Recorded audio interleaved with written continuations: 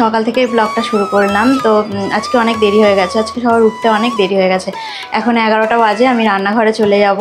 তো তার আগে তোমাদেরকে বাইরেটা দেখিয়ে নিই। আর সবাইকে গুড মর্নিং, আশা করি সবাই খুব ভালো আছো, সুস্থ আছো। তো আমরাও এখন ভালো আছি, একটু শরীরটা সবারই এখন ভালো। তো বেশি কথা না বাড়িয়ে চলো যাই রান্নাঘরে। আর এই কটন দেখো, এই খেলা করে বেড়াচ্ছে। কটন কটন ও ব্যালকনির দিকে চলে এসেছে, ও বেশিরভাগ টাইমে এগুলোই দেখে। তো দেখো এখানে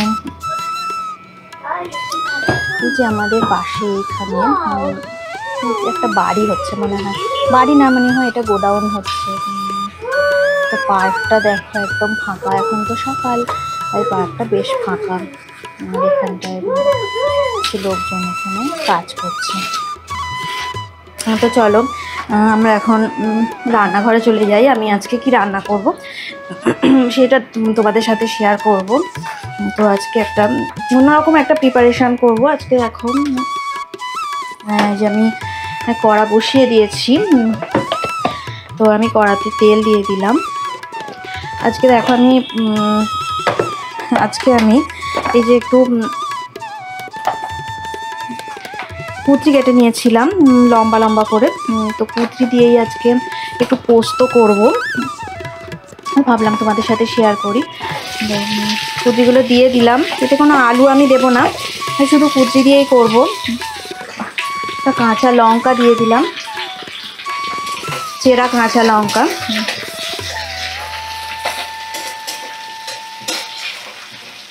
তো ভালো করে কুচিটা নাড়াচাড়া করে নিচ্ছি, একটু ভাজা ভাজা করে নেব আর কি। সামান্য একটু হলুদ গুঁড়ো দিয়ে দিলাম, আর পরিমাণ মতো আমি নুন দিয়ে দেব।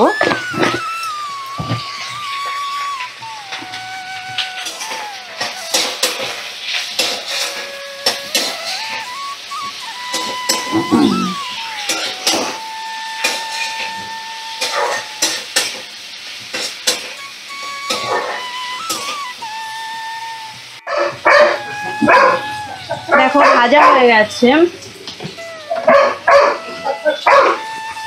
ভালোই ভাজা হয়ে গেছে। এবার আমি পোস্তটা দিয়ে দেব। পোস্ত কেটে রেখেছিলাম, তো এই পোস্তটা দিয়ে দেব। আর এই পোস্ত বাটিটা ধুয়ে আমি একটু জল দিয়ে দিলাম।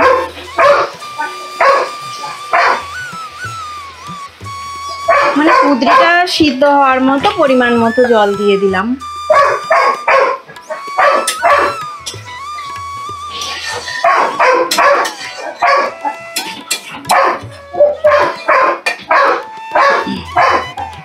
তোমরা কে কে কুদরি পোস্ত খেয়েছো আমাকে একটু বলো, একটু জানিও কে কে কুদরি পোস্ত খেয়েছো।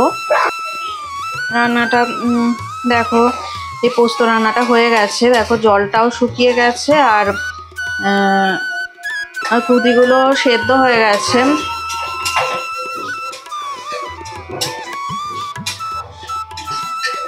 কারা বড় কাছারিতে যাচ্ছে গান বাজিয়ে বাজিয়ে। আমি গ্যাসটা অফ করে দিলাম। এবার আমি সার্ভ করে দেব।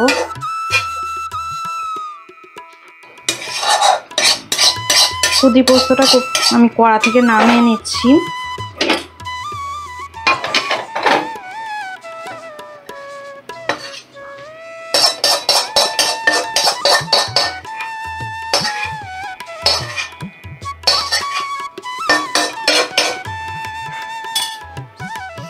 আজকে কি রান্না হলো সেগুলো তোমার সাথে শেয়ার করছি।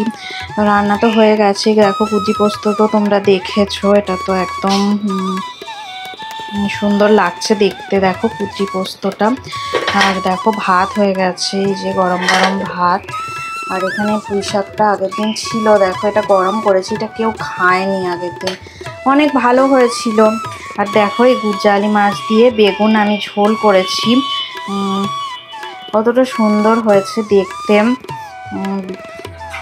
এটা একটু ঝাল ঝাল করেছি, ঠিক ঝোল নয়, মানে গুজালি মাছ তো নদীর মাছ ভালো লাগবে না, তো বেগুন আলু পেঁয়াজ টমেটো দিয়ে এই মাছটা করেছি। তো আজকে এই রান্না। আর বিকেলে তোমাদের সাথে চায়ের আড্ডায় অবশ্যই দেখা হচ্ছে।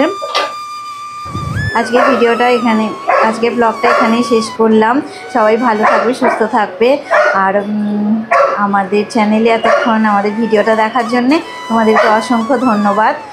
তোমরা সবাই ভালো থেকো, সুস্থ থেকো, আর আমার চ্যানেলে থেকো। আর ভিডিওটা যদি ভালো লেগে থাকে তাহলে লাইক শেয়ার আর কমেন্ট করে জানিও ঠিক কেমন লাগলো ভিডিওটা। তো আজকের মতো টাটা, নেক্সট ব্লগে আবার তোমাদের সাথে দেখা হবে, টাটা।